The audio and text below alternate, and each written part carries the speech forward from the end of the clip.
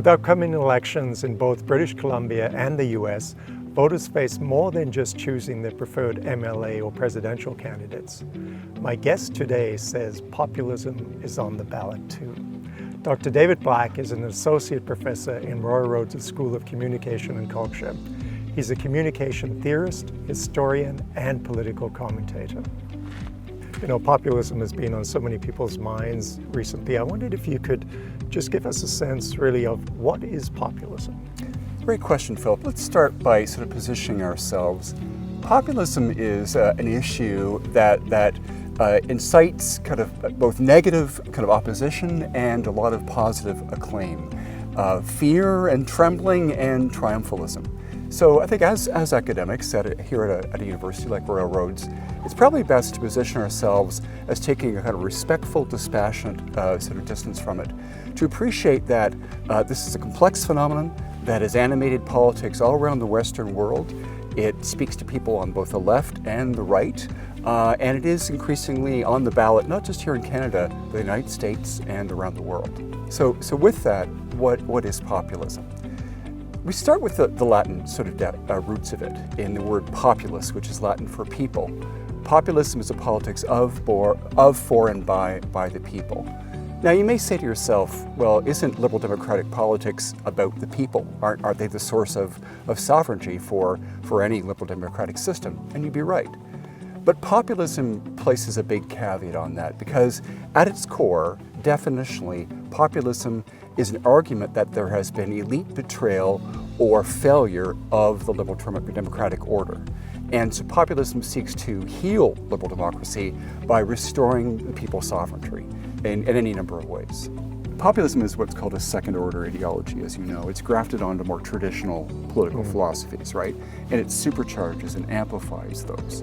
So sometimes traditional party vehicles borrow it to give energy and dynamism. Yeah. And then sometimes you have purely populist vehicles like Farage's series of parties, or the People's Party here in Canada, for example. Yeah. And the Trump movement arguably is both. It took over an existing party, emptied it, and created a new populist party that still has their old Republican name. So, you know, David, thank you for that sort of definition. And we know, of course, populism isn't new, but I'm sort of interested to hear from you about why it's so salient now and sort of what's at stake in upcoming elections. Right, to speak briefly to its history, we could appreciate that probably the first populist in North America was Andrew Jackson, who was the US president in the 1830s, Old Hickory, who kind of engineered populism, who could have created populism within the North American body politic. A little later in the 1850s comes the Know Nothing Party, which again, in a way that's kind of insightful with respect to how we make sense of populism now, combined populism with nativism. They were virulently anti-Catholic and sought to essentially criticize incoming Catholic immigration at that point. In Canada, we can look to populism on the left and right in terms of the very foundations of our politics. The CCF, the Commonwealth Cooperative Federation, the forerunner of the NDP, was populist, advocating for the social gospel.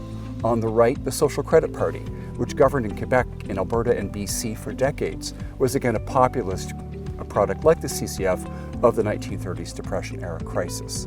So populism has been with us a long time, and like a tidal force, it sweeps in and out of North American and European politics every so often.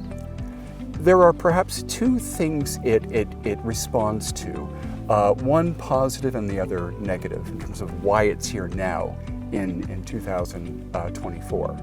First of all, populism, I think, is very observant in identifying a certain brokenness in our liberal democratic order. That brokenness may be dysfunction. It may be actual elite betrayal. It might be the constituencies that have become alienated, like, say, white working class voters in the United States. So it speaks to, legitimately often, a real structural, ideological, or otherwise process-based dysfunction, breakdown in these complex things we call liberal democratic politics. That's the positive case.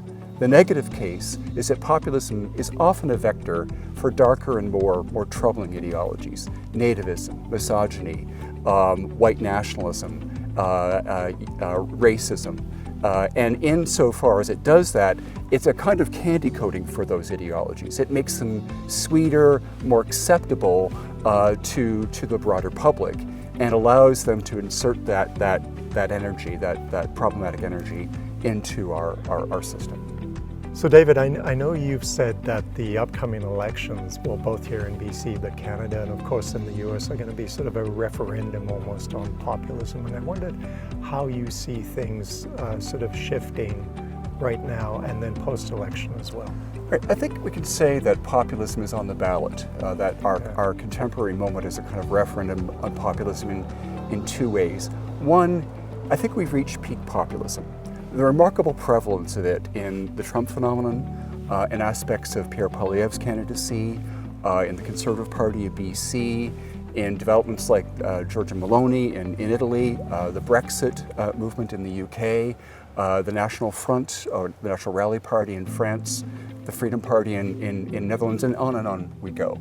The other sort of reason you might say it's on the ballot, it's kind of an endless open question with populism. Can it be transformed from a kind of anti-establishment, as some call it, anti-political sensibility, as a kind of anti-politics? Can it be translated into actual governance? It is a campaigning philosophy, yes, but is it a governing philosophy? And so the question is whether, if populists win, as Trump did in 2016, as soft populists, say like Doug Ford did in Ontario, can they govern with a populist sensibility? And how does that translate in terms of policy, rhetoric, and style? And I think that's the question before us, because as much as we might engage with populism in a campaign, that's contained. Living with it for years on end and having it do good or bad things in society is another matter altogether. Yeah. Well, thank you so much, David. I mean, you give us a much sort of more nuanced, a much more nuanced sense of populism and where we are at today. I really wanted to thank you.